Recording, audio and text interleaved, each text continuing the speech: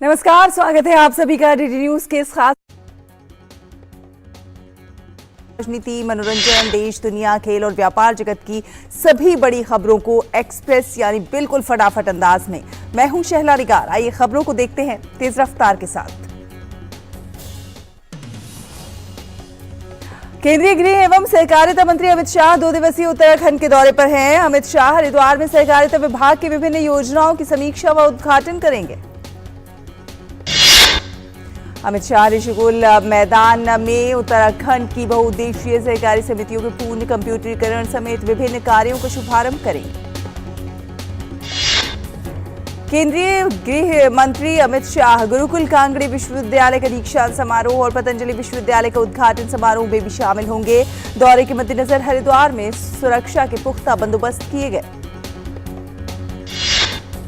केंद्रीय स्वास्थ्य मंत्री डॉक्टर मनसुख मांडविया आज से 2 दिवसीय उत्तराखंड के दौरे पर रहेंगे। डॉक्टर मनसुख मांडविया अपनी यात्रा के दौरान देहरादून और चमोली जिलों का दौरा करेंगे।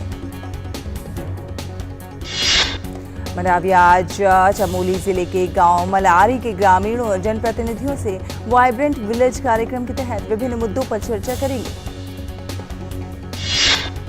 केंद्रीय स्वास्थ्य मंत्री कल देहरादून में दून मेडिकल कॉलेज के 500 बिस्तरों वाले अस्पताल सहित स्वास्थ्य विभाग की विभिन्न योजनाओं के शिलान्यास भी करेंगे।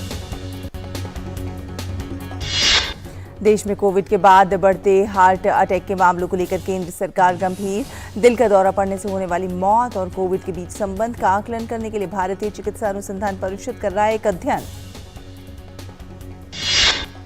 स्वास्थ्य मंत्री डॉक्टर मनसुख मांडविया ने कहा कि आईसीएमआर की स्टडी के परिणाम 2 महीनों में आएंगे सामने। मांडविया ने कोविड-19 के बाद दिल के दौरे के कारण होने वाली मौतों की संख्या में वृद्धि को स्वीकार किया और कहा कि इस पर गंभीरता से चर्चा की गई है। राजधानी दिल्ली में पिछले 24 घंटों में कोविड-19 के 300 नए मामले सामने आए। 2 लोगों की हुई मौत। इससे पहले मंगलवार को 214 नए मामले सामने आए थे। दिल्ली के स्वास्थ्य विभाग के मुताबिक दिल्ली में कुल एक्टिव मामले 806 हो गए हैं, तो वहीं संक्रमण दर 13.89% हुई। वहीं महाराष्ट्र में पिछले 24 घंटों में 483 नए कोविड पॉजिटिव केस सामने आए। कोरोना के कारण राज्य में 3 लोगों की मौत हुई। पिछले कुछ दिनों से देश भर में कोविड-19 के मामलों में वृद्धि देखी जा रही है। केंद्र सरकार ने लोगों से मास्क पहनने और बेवजह भीड़ भाड़ वाली इलाकों में जाने से बचने की सलाह दी।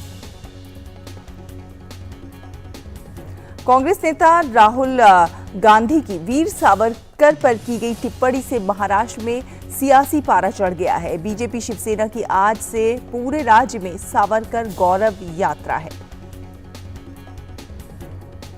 एक ब्रेक लेंगे, यहाँ पर छोटे से ब्रेक के लिए रुकेंगे। जल्द हाजिर होंगे कुछ और खबरों के साथ।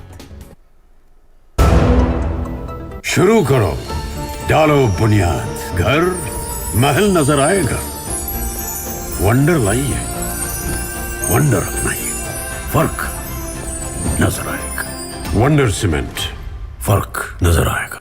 जन औषधि केंद्रों पर मिलने वाली दवाओं की कीमत बाजार में जो दवाएं मिलती हैं उसी क्वालिटी की, लेकिन जन औषधि केंद्र में 50% से 90% तक उसकी कीमत कम होती है। भारतीय जन औषधि परियोजना के अंतर्गत अब तक देश भर में हजारों जन औषधि केंद्र खोले जा चुके हैं, जहां पर 1759 से अधिक दवाइयां और 280 सर्जिकल उपकरण बहुत ही कम कीमतों पर उपलब्ध हैं। अधिक जानकारी के लिए जन औषधि सुगम मोबाइल ऐप को डाउनलोड करें या टोल फ्री नंबर पर कॉल करें। सस्ती एवं उत्तम दवाएं जन औषधि केंद्र से लाएं। ब्रेक के बाद स्वागत है आपका। आप देख रहे हैं एक्सप्रेस 100। चलिए खबरों में आगे बढ़ते हैं। आपको बता दें आज से शुरू होकर 6 अप्रैल तक चलने वाली ये यात्रा पूरे महाराष्ट्र में सभी 288 विधानसभा क्षेत्रों को भी कवर करेगी और सावरकर के काम को लोगों तक लेकर जाएगी। महाराष्ट्र के मुख्यमंत्री एकनाथ शिंदे ने कहा कि सावरकर ने देश के स्वतंत्रता संग्राम में महान भूमिका निभाई है और ऐसे नायकों के योगदान से भारत को आजादी मिली।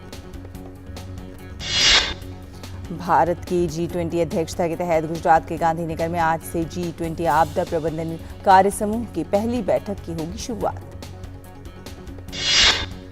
केंद्रीय संचार राज्य मंत्री देव सिंह चौहान गांधीनगर में इस 3 दिवसीय बैठक का करेंगे उद्घाटन। DRR बैठक में G20 सदस्य देशों, आमंत्रित देशों और विभिन्न अंतर्राष्ट्रीय और क्षेत्रीय संगठनों के 80 से अधिक प्रतिनिधि भाग लेंगे। बैठक के लिए 5 प्राथमिकता वाले क्षेत्रों की पहचान की गई है। ये बैठक वैश्विक समुदाय को एक साथ आने और आपदा से होने वाली तबाही के खिलाफ मजबूत कदम उठाने के लिए एक मंच प्रदान करेगी। भारत की G20 अध्यक्षता के तहत केरल के कुमारकोम में आज से दूसरी G20 शेरपा बैठक शुरू होगी। इस 4 दिवसीय बैठक में G20 के सदस्य, 9 आमंत्रित देश और विभिन्न अंतर्राष्ट्रीय और क्षेत्रीय संगठन के 120 से अधिक प्रतिनिधि भाग लेंगे। बैठक में आर्थिक और विकासात्मक प्राथमिकताओं के साथ साथ समकालीन वैश्विक चुनौतियों का समाधान करने पर विचार विमर्श किया जाएगा। बैठक में विभिन्न शेरपा ट्रैक और वित्त ट्रैक बैठकों के परिणामों को आगे बढ़ाया जाएगा, जो सितंबर 2023 में नई दिल्ली में होने वाले G20 शिखर सम्मेलन में अपनाए जाने वाले नेताओं की घोषणा का आधार तैयार करेंगे। बैठक की शुरुआत 2 उच्च स्तरीय सह आयोजनों, डिजिटल पब्लिक इंफ्रास्ट्रक्चर और हरित विकास पर चर्चा के साथ शुरू होगा। बैठक में G20 प्रतिनिधियों के लिए एक व्यापक डिजिटल अनुभव भी प्रदान होगा। भारत की G20 अध्यक्षता के तहत चंडीगढ़ में कृषि कार्य समूह की बैठक जारी है। कृषि प्रतिनिधियों की ये दूसरी बैठक स्थायी कृषि, खाद्य सुरक्षा और पोषण सुनिश्चित करने के तौर तरीकों पर चर्चा करने का एक महत्वपूर्ण मंच है।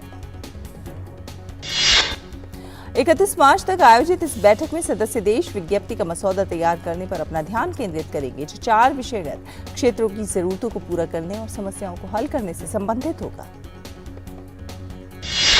ये बैठक सदस्य देशों के लिए एक साथ आगे आने और कृषि एवं खाद्य सुरक्षा के लिए एक स्थायी भविष्य तय करने की दिशा में कार्य करने का एक प्रमुख मंच प्रदान करता है। मुंबई में चल रही G20 की व्यापार और निवेश कार्य समूह की पहली बैठक का आज अंतिम दिन। इस 3 दिवसीय बैठक में आज व्यापार निवेश कार्य समूह की प्राथमिकताओं, वैश्विक व्यापार में MSME को एकीकृत करना और व्यापार के लिए कुशल लॉजिस्टिक्स तैयार करने पर चर्चा हुई। जम्मू कश्मीर के उपराज्यपाल मनोज सिन्हा ने कहा कि केंद्र शासित प्रदेश में कानून व्यवस्था की स्थिति में उल्लेखनीय सुधार हुआ है। कहा कि इस वर्ष सबसे ज्यादा 1 करोड़ 88 लाख पर्यटकों का जम्मू कश्मीर आना इस बात का प्रमाण है।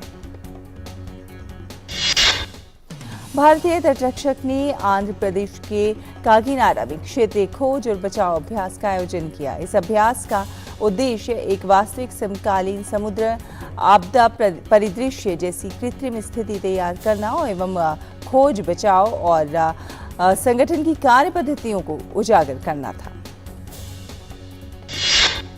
इस अभ्यास में किसी भी MSAR समुद्री खोज एवं बचाव आकस्मिक घटना से निपटने के लिए उपलब्ध संसाधनों के कुशलतापूर्वक इस्तेमाल के साथ साथ सभी हितधारकों को प्रभावी ढंग से शामिल किया गया। अफ्रीका भारत का संयुक्त सैन्य अभ्यास प्रक्षेत्र प्रशिक्षण अभ्यास का दूसरा संस्करण कल पुणे स्थित औंध के विदेशी प्रशिक्षण नोड में संपन्न हुआ। 124 प्रतिभागियों के साथ अफ्रीकी महाद्वीपीय कुल 25 देशों तथा भारत के सिख, मराठा और महार रेजिमेंटों के सैनिकों ने बहुराष्ट्रीय अभ्यास में सहभागिता की। अभ्यास के सत्यापन चरण का अवलोकन थल सेनाध्यक्ष जनरल मनोज पांडे ने सभी अफ्रीकी प्रमुखों तथा जनप्रतिनिधियों जिन्होंने चीफ्स कॉन्क्लेव में भाग लिया था के साथ किया। बॉम्बे हाईकोर्ट आज 2019 में एक पत्रकार के साथ कथित दुर्व्यवहार से संबंधित मामले में निचली अदालत द्वारा जारी प्रक्रिया संबंध को चुनौती देने वाली बॉलीवुड अभिनेता सलमान खान की याचिका पर अपना फैसला सुनाएगा। मद्रास उच्च न्यायालय अपदस्थ AIADMK समन्वयक और तमिलनाडु के पूर्व मुख्यमंत्री O पन्नीरसेल्वम द्वारा दायर अपील पर सुनवाई करेगा। कॉमन यूनिवर्सिटी एंट्रेंस टेस्ट के लिए आवेदन का आज अंतिम दिन। इच्छुक छात्र छात्रा NTA द्वारा इस प्रवेश परीक्षा के लिए बनाए गए विशेष पोर्टल CUET.samarth.ec.in पर उपलब्ध कराए गए ऑनलाइन एप्लीकेशन फॉर्म के माध्यम से कर सकते हैं आवेदन। नवरात्र का आखिरी दिन आज है। आज महानवमी है। इस दिन मां के सिद्धिदात्री स्वरूप की पूजा होती है। मंदिरों में उमड़ी श्रद्धालुओं की भीड़। आज है रामनवमी। देश भर में बड़े ही उल्लास और श्रद्धा के साथ मनाई जा रही है रामनवमी। धार्मिक मान्यताओं के अनुसार आज के दिन भगवान श्री राम का जन्म हुआ था। राष्ट्रपति द्रौपदी मुर्मू ने रामनवमी के अवसर पर देशवासियों को शुभकामनाएं दी है। अपने ट्वीट संदेश में राष्ट्रपति ने कहा कि रामनवमी पर सभी देशवासियों को मेरी हार्दिक शुभकामनाएं। मर्यादा पुरुषोत्तम श्री राम के चरित्र से त्याग और सेवा का अमूल्य संदेश मिलता है। सभी देशवासी प्रभु राम के उच्च आचरणों आदर्शों को अपने जीवन में ढालें और एक गौरवशाली भारत के निर्माण के लिए स्वयं को समर्पित करें, ऐसी मेरी मंगल कामना है। प्रधानमंत्री नरेंद्र मोदी ने देशवासियों को रामनवमी की शुभकामनाएं दी हैं। प्रधानमंत्री ने ट्वीट करके कहा है कि रामनवमी के पावन पुनीत अवसर पर समस्त देशवासियों को अनेक अनेक शुभकामनाएं। त्याग, तपस्या, संयम और संकल्प पर आधारित मर्यादा पुरुषोत्तम भगवान श्री रामचंद्र का जीवन हर युग में मानवता की प्रेरणा शक्ति बना रहेगा। रामनवमी के अवसर पर अयोध्या आने वाले श्रद्धालुओं, पर्यटकों और अतिथियों को हेलीकॉप्टर से भगवान श्री राम से जुड़े स्थलों के दर्शन कराए जा रहे हैं। ये सुविधा आम लोगों के लिए 15 दिनों के लिए शुरू की गई है। इसके लिए प्रति व्यक्ति किराया 3000 रुपये निर्धारित किया गया है। इसके माध्यम से भक्तगण हनुमानगढ़ी, कनक भवन, राम की पैड़ी, छोटी छावनी, बड़ी छावनी, लक्ष्मण किला, सुग्रीव किला आदि का दर्शन करेंगे। श्रद्धालु हेलीकॉप्टर से निर्माणाधीन भगवान श्री राम के भव्य मंदिर का दर्शन भी करेंगे। National company law appellate tribunal NCLT ने बुधवार को गूगल पर लगाए 1337.76 करोड़ रुपए के जुर्माने के आदेश को बरकरार रखा है। कॉम्पिटिशन कमीशन ऑफ इंडिया ने पिछले साल अनफेयर बिजनेस प्रैक्टिस के मामले में गूगल पर ये जुर्माना लगाया था। बुधवार से कोयला ब्लॉक की नीलामी के 7वें दौर की प्रक्रिया शुरू हुई। कोयला खदानों का चयन निवेशकों की मांग के आधार पर किया गया। नीलामी के लिए कुल 106 कोयला ब्लॉक रखे गए हैं। नीलामी कार्यक्रम में रक्षा मंत्री राजनाथ सिंह बतौर मुख्य अतिथि के रूप में शामिल हुए। राजनाथ सिंह ने कहा, विकास के लिए ऊर्जा की खपत बढ़ रही है और आवंटन इसी दिशा में एक जरूरी कदम है। रक्षा मंत्री राजनाथ सिंह ने विकसित देशों पर निशाना साधते हुए कहा कि कोयले के बल पर विकास कर चुके देश अब कोयले पर प्रतिबंध लगाने की बात कर रहे हैं। राजनाथ सिंह ने कहा कि भारत ने विकास और पर्यावरण संतुलन पर हमेशा ध्यान दिया है। उन्होंने कहा कि ऊर्जा की बढ़ती खपत के लिए प्रदूषण रहित और पर्यावरण अनुकूल ऊर्जा संसाधनों पर जोर देने की बात है।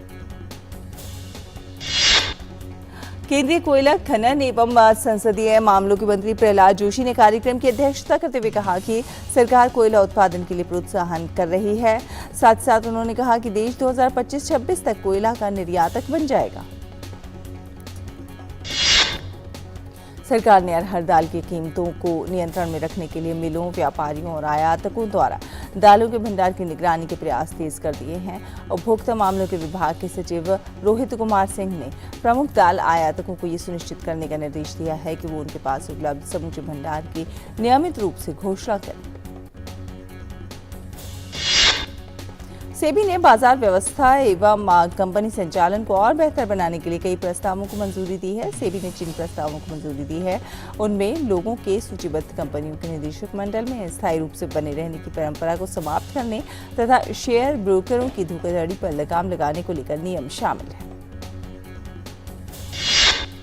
सेबी चेयरपर्सन माधवीपुरी बोच ने बताया कि इसके साथ ही आईपीओ की तरह शेयर खरीद बिक्री बाजार के लिए कोष को ब्लॉक करने की सुविधा की शुरुआत होगी। इस पहल का उद्देश्य निवेशकों के पैसे को शेयर ब्रोकरों के दुरुपयोग से सुरक्षित रखना है। सेबी के चेयरमैन माधवीपुरी बुश ने भरोसा दिलाया कि भारत में अमेरिका की सिलिकॉन वैली बैंक जैसे हालात नहीं है। यहाँ रुकेंगे एक छोटे से ब्रेक के लिए। ब्रेक के उस पार कुछ और खबरें होंगी, आप देखते रहिए एक्सप्रेस 100। शुरू करो, डालो बुनियाद, घर महल नजर आएगा। वंडर लाइए, वंडर अपनाइए, फर्क नजर आएगा। वंडर सीमेंट, फर्क नजर आएगा। ब्रेक के बाद स्वागत है और चलिए रुक करते हैं कुछ अन्य खबरों का। केंद्र ने भारतीय रिजर्व बैंक के परामर्श से वित्तीय वर्ष 2023-24 की पहली छमाही के लिए अपने उधार कार्यक्रम को अंतिम रूप दे दिया है। वित्त मंत्रालय ने कहा है कि केंद्रीय बजट में अगले वित्त वर्ष के लिए अनुमानित 15,43,000 करोड़ रुपए की सकल बाजार उधारी में से पहली छमाही में 8,88,000 करोड़ रुपए उधार लेने की योजना है। सहारा ग्रुप की कंपनियों में पैसा फंसाकर बैठे देश भर के करोड़ों निवेशकों के लिए आखिरकार अच्छी खबर सामने आ गई है। सरकार ने कहा है कि उनका पैसा अगले 9 महीनों में लौटा दिया जाएगा। सुप्रीम कोर्ट का आदेश आने के बाद सरकार ने बुधवार को कहा कि सहारा ग्रुप की 4 सहकारी समितियों के 10 करोड़ निवेशकों को उनका पैसा 9 माह में लौटाया जाएगा। मुख्य आर्थिक सलाहकार वी अनंत नागेश्वरन ने बुधवार को कहा कि वित्तीय और निवेश चक्र में बदलाव के साथ देश की आर्थिक वृद्धि दर आगामी दशक में 6.5% रहने का अनुमान है। प्रवर्तन निदेशालय ईडी ने कहा है कि उसने शेयर बाजार धोखाधड़ी से संबंधित एक पीएमएलए मामले में 5 लोगों को गिरफ्तार किया है। ईडी के एक वरिष्ठ अधिकारी ने कहा कि इन आरोपियों में सिक्योर क्लाउड टेक्नोलॉजीज लिमिटेड के प्रमोटर और अध्यक्ष सुरेश वेंकटचारी शामिल हैं। सोशल मीडिया पर वायरल हो रही एक खबर पर एनपीसीआई ने स्पष्टीकरण दिया है और साफ किया है कि यूपीआई निःशुल्क, तेज और सुरक्षित है। ताज़ा दिशा निर्देशों के मुताबिक prepaid payment instrument PPI wallets को इंटरऑपरेबल यूपी इकोसिस्टम का हिस्सा बनने की अनुमति दी गई है। एनपीसीआई ने अब पीपीआई वॉलेट को इंटरऑपरेबल यूपीआई इकोसिस्टम का हिस्सा बनने की अनुमति दे दी है। पेश किए गए इंटरचेंज शुल्क केवल पीपीआई मर्चेंट लेनदेन के लिए लागू हैं और ग्राहकों के लिए कोई शुल्क नहीं है। हिंदुस्तान कंस्ट्रक्शंस कंपनी ने कहा है कि उसने बहरामपुर फरक्का हाईवेज लिमिटेड की 1,323 करोड़ रुपए की cube highways and infrastructure VPTE limited को बिक्री पूरी कर ली है। गूगल ने पुष्टि की है कि वो अप्रैल में कंपनी के advanced technologies and projects group द्वारा बनाए गए जैकोड एक्सेसरीज के लिए जिम्मेदार ऐप को बंद कर देगा। फ्रांस की कंपनी अल्स्टॉम ने कहा है कि उसने भारतीय रेलवे को 300 इलेक्ट्रिक इंजन की आपूर्ति की है।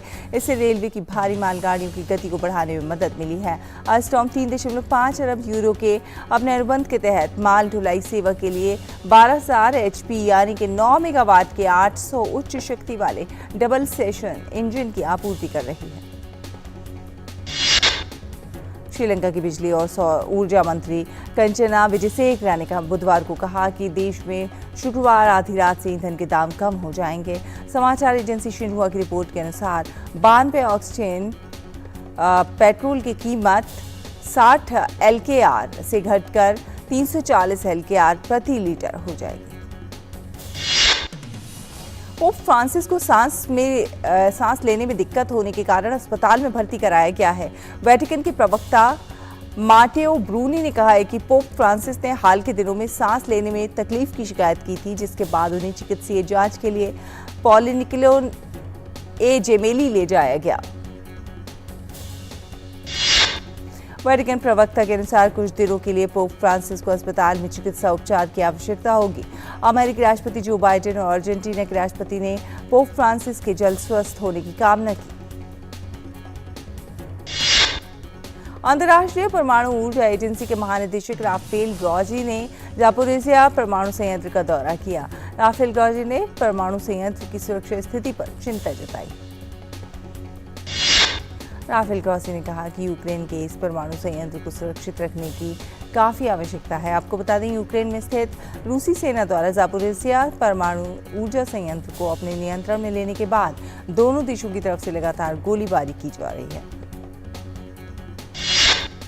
उत्तरी मैक्सिको में एक प्रवासी केंद्र में आग लगने की घटना के बाद विरोध प्रदर्शन तेज हो गया है। प्रदर्शनकारियों ने दोषियों पर जल्द कार्रवाई की मांग की है। मैक्सिको के राष्ट्रपति ने उनकी सरकार मानवाधिकारों के उल्लंघन की अनुमति नहीं देती है। मैक्सिको के अटॉर्नी जनरल के ने घटना की जांच शुरू कर दी है। आपको बता दें कि अमेरिकी सीमा के पास स्थित प्रवासी केंद्र में आग लगने से 39 लोगों की मौत हो गई थी। रूस अब अमेरिका को अपने परमाणु हथियारों और बमों की जानकारी साझा नहीं करेगा। रूस के एक वरिष्ठ राजनयिक ने कहा कि मॉस्को ने अपने परमाणु बलों के बारे में अमेरिका से सूचना साझा करना बंद कर दिया है, जिसमें मिसाइल परीक्षणों से जुड़ी सूचनाएं भी शामिल हैं। रूस के उप विदेश मंत्री सर्गेई वरयाबकोव ने कहा कि मॉस्को ने वॉशिंगटन के साथ सभी सूचनाओं के आदान प्रदान पर रोक लगा दी है। ये फैसला राष्ट्रपति व्लादिमीर पुतिन के आदेश के बाद लिया गया। पिछले महीने रूसी राष्ट्रपति व्लादिमीर पुतिन ने नई स्टार्ट संधि को निलंबित कर दिया था। पाकिस्तान में एक अदालत ने महिला न्यायाधीश को कथित तौर पर धमकाने के मामले में पाकिस्तान तहरीक-ए-इंसाफ पार्टी के प्रमुख और पूर्व प्रधानमंत्री इमरान खान के खिलाफ गैर जमानती वारंट जारी कर दिया है। इस्लामाबाद के न्यायिक मजिस्ट्रेट मलिक अमान ने अदालत में व्यक्तिगत रूप से उपस्थित होने से छूट देने संबंधी इमरान खान की याचिका को खारिज कर दिया। न्यायाधीश ने अधिकारियों से इमरान खान को 18 अप्रैल को अदालत में पेश करने का आदेश दिया। रुकेंगे एक छोटे से ब्रेक के लिए, जल्द हाजिर होंगे। आप देखते रहिए डीडी न्यूज। शुरू करो, डालो बुनियाद, घर महल नजर आएगा। वंडर लाइए, वंडर अपनाइए, फर्क नजर आएगा। वंडर सीमेंट, फर्क नजर आएगा। ब्रेक के बाद स्वागत है और चलिए रुक करते हैं कुछ अन्य खबरों का।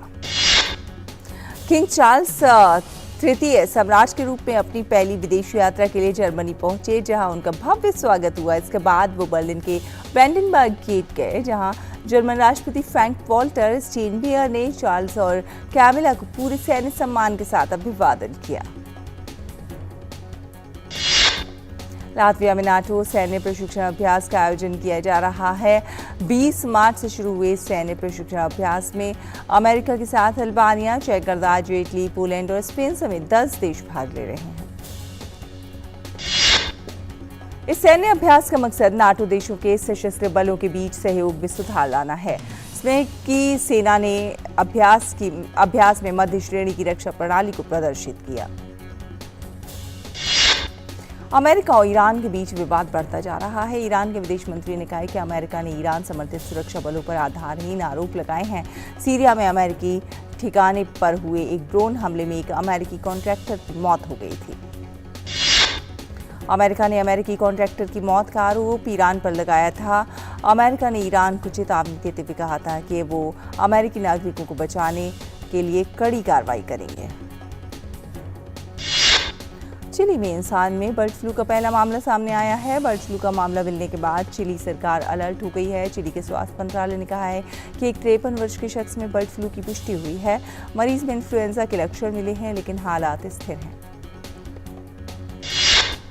चिली के स्वास्थ्य अधिकारियों ने दावा किया कि पक्षियों या समुद्री जीवों से इंसानों में वायरस फैल सकता है, लेकिन ह्यूमन टू ह्यूमन ट्रांसमिशन का कोई संकेत नहीं मिला है।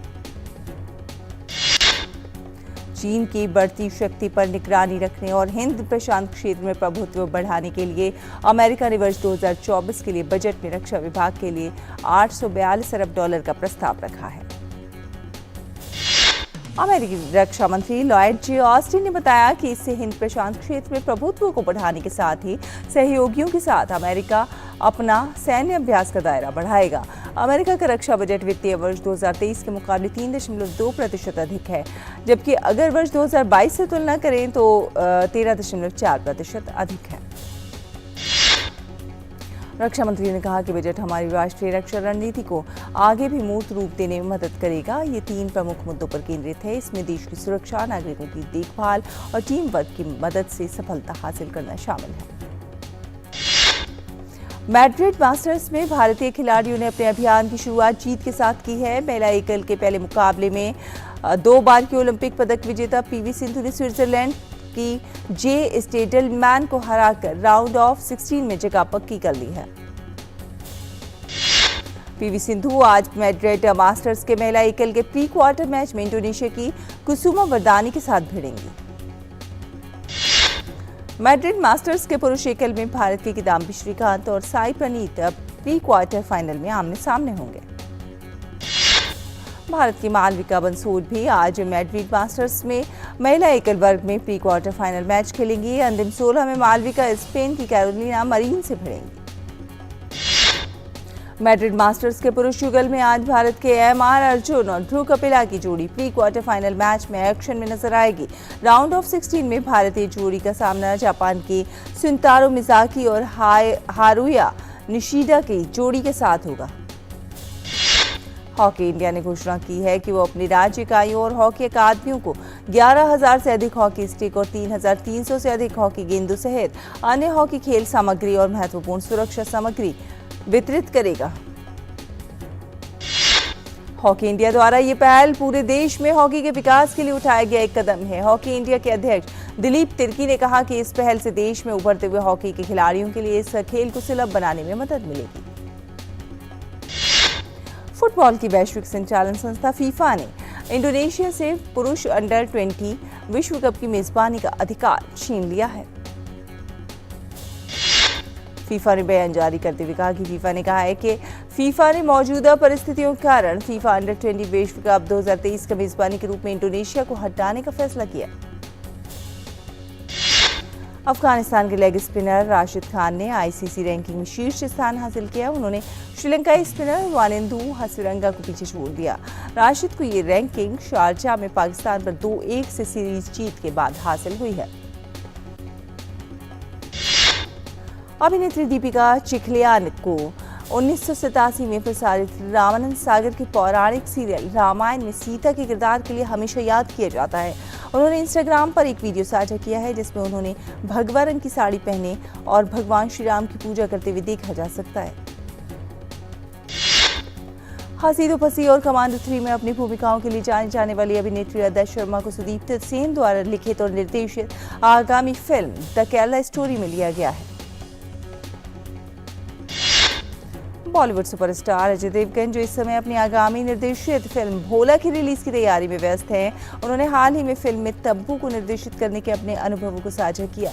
दोनों अभिनेताओं ने सह अभिनेताओं के रूप में या अभिनेता निर्देशक के रूप में कई अवसरों पर सहयोग किया है।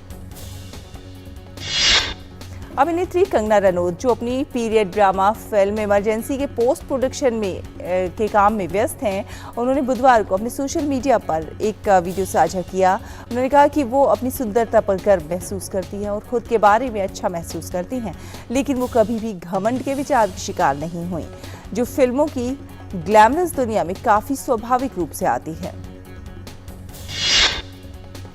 निर्देशक जयराज और अभिनेता सुरेश गोपी 26 साल बाद फिर से साथ आएंगे।